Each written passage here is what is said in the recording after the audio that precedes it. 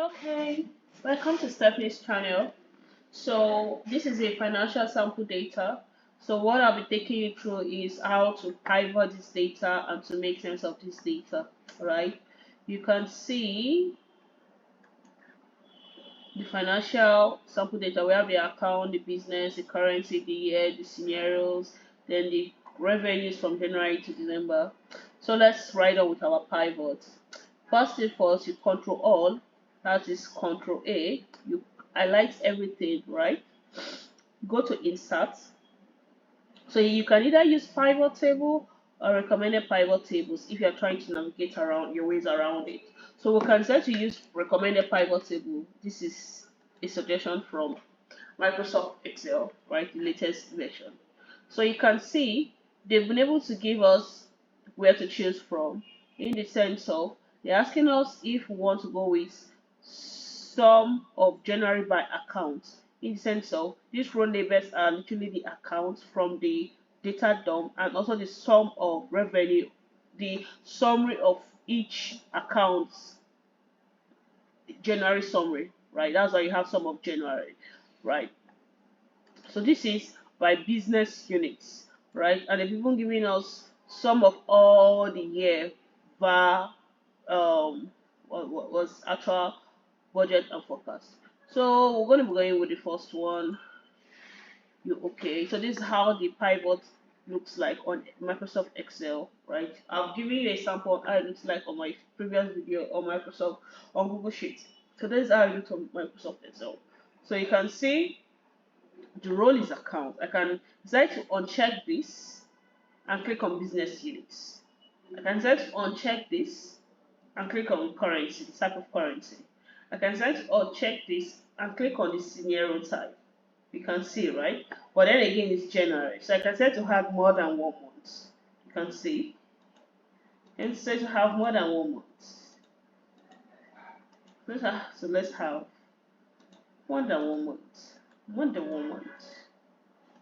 Yeah. Can see? This is scenario, right? So this is how pivoting is. This is how it looks like, right? So, and I can try to uncheck all. I'm going to be unchecking all. So before you pivot, I will usually recommend you already have a scenario in your head, like you already have what to do, like an objective. You need to have an objective before you start pivoting. So we're going to be going with the accounts and click on here. No, we'll click on the revenue month, January. So this is how it looks like.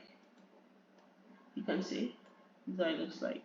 So this is your header pivot table analysis. So this pivot table analysis you can start to use the insert slicer, right?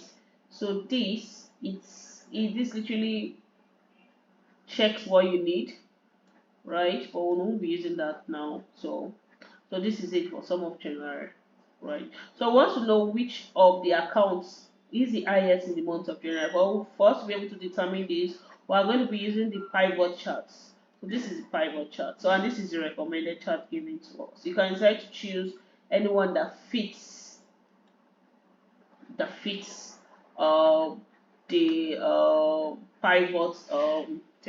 right? So let's have a first quarter, right? So let's highlight all and sorry, go to pivot analysis, pivot charts, right? Let me look at the lines. Okay, so you can see. So I want to know which year did better. This is a visualization. Sorry, I need to undo. Come to home, undo, drag it out. I didn't drag it. Close these labels.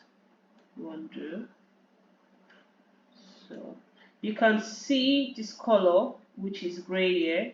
It means March actually did better when in terms of sales, right? So this is how the pivoting works. This is the pivot, and this is the pivot chart. Thank you.